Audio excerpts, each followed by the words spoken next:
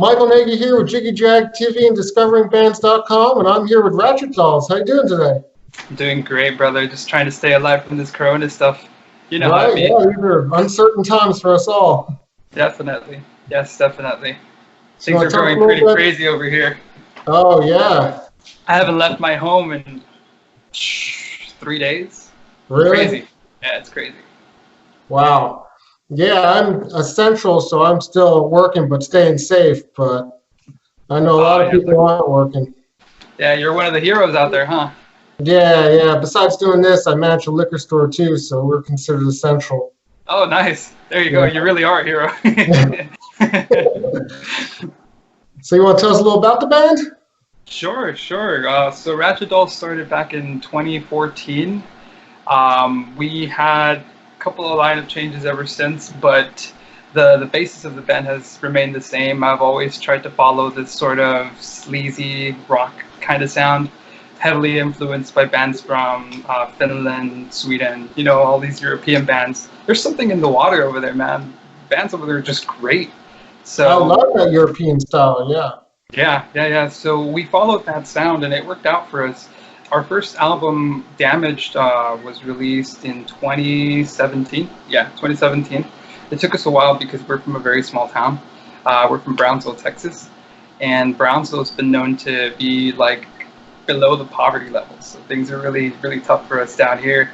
And so it takes us a while to get the ball rolling. And so when we finally did, we released Damaged, and it just kind of took off on its own. We were shocked. We were shocked at how well received it was around the world. Obviously, we're not a huge band, right? But considering where we're from, the amount of miles that album has traveled is insane to me. And last year, we released a brand new single, Out of Control, and that one was just kind of a game changer for us. It opened up so many doors, and just this last week on Saturday, we released our newest single, Parasite, and again, it's just kind of taking off on its own. We're very lucky to have a really supportive team backing us, and I mean, I wouldn't change anything. We've played with so many great artists, huge artists, that I would have never imagined myself, playing beside, but it's been a pleasure. It's been a hell of a ride, and I've had a blast. Cool. What are some of the bigger artists you've played with? Well, there's a festival that we typically do where we've been very lucky to be invited back, Rocklahoma in Pryor, Oklahoma. And just this last year, just to name a few bands, we played, no, not this last year, 2 years ago, we played with Korn, we played with, I think Disturbed was there. If not this last time that we played a couple of years back, we played, they were there. Def Leppard was there, and it's just like you get to see all of these artists. Not only that, but you get to meet them backstage. It's like mind-blowing. I've been to Rocklahoma years ago. It's a great festival. I love it. Well, we started playing there back in 2014. We've played there, I believe, a total of 5 or 6 times. And so it's always a pleasure. And from there, the networking that we've done, meeting the people from Rocklahoma, all of the AEG staff, all of them, like, they've helped us out so much, man. It's really just a matter of us, packing our bags and going on the road. Again, we're so far away from everything, it makes it a little difficult. But we did have a tour lined up during these times, and unfortunately, just like all the other bands out there, we had to cancel it. But we are working really hard to reschedule it for later in the year. As soon as all of this dies out, we'll be back on the road. Awesome. Now, your record Damaged, what do you think really made it blow up so big? Like you said, it's just got a lot of attention. So what do you think some of the reasons? I don't really know, man. I mean, we're a little band, really small band at the time. And I think the rock scene, the sleaze rock scene, is very connected. There's a lot of like smaller little outlets that like to promote that kind of genre, specifically that kind of genre. And I think one of them, I forget which one it was, I think it was Sleaze Rocks. They had posted about the album, and they wrote a review, and it just kind of went from there. People started hearing us from around the world because of that website, and I was just like, wow, this is pretty cool. Like, we have something going here. Soon after that, we started, touring a little bit around the record, and we just started meeting a bunch of people. And word of mouth, it was really just word of mouth, because we don't do a lot of social media. Now we do, but then we didn't. And so we relied a lot on meeting fans face to face, promoting ourselves with flyers, because we even do that now. I go to the print shop here locally, and I print a bunch of flyers before we hit the road, and I start passing them out wherever we go. So to me, that always works. To me, I mean, yeah, social media is important, but I like meeting people face to face. I think it's great. Yes, yes. So now, do you have another record in the process? We do.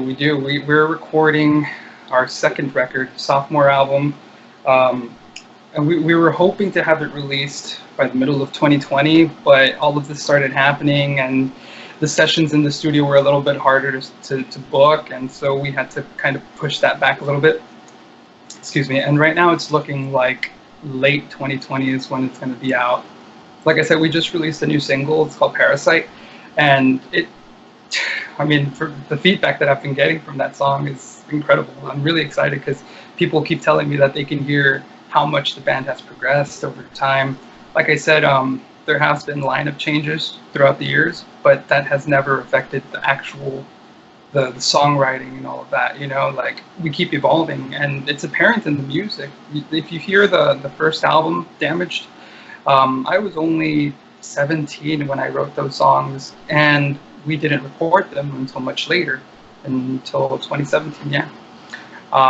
Now I'm 26, and so a lot has happened since then. We've grown as musicians, we've grown as individuals, and it's just a better sound. To me, I feel like this is the best we've done. And I mean, that's the way it should be. You should always be proud of the material you're releasing.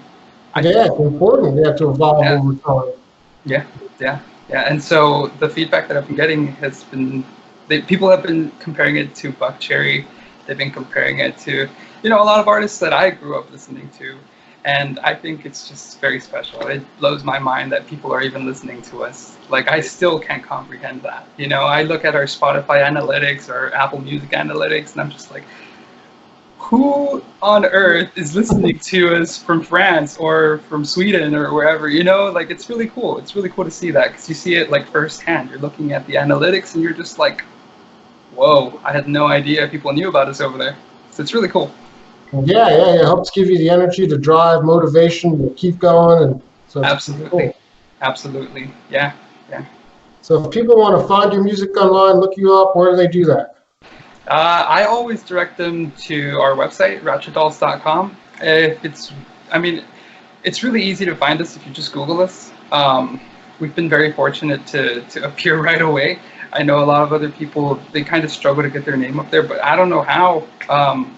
Again, word of mouth, people started posting about us, so you could just Google Ratchet Dolls, and fortunately you can find it very easily. We're on Facebook, Twitter, Instagram, but our main outlet is our website.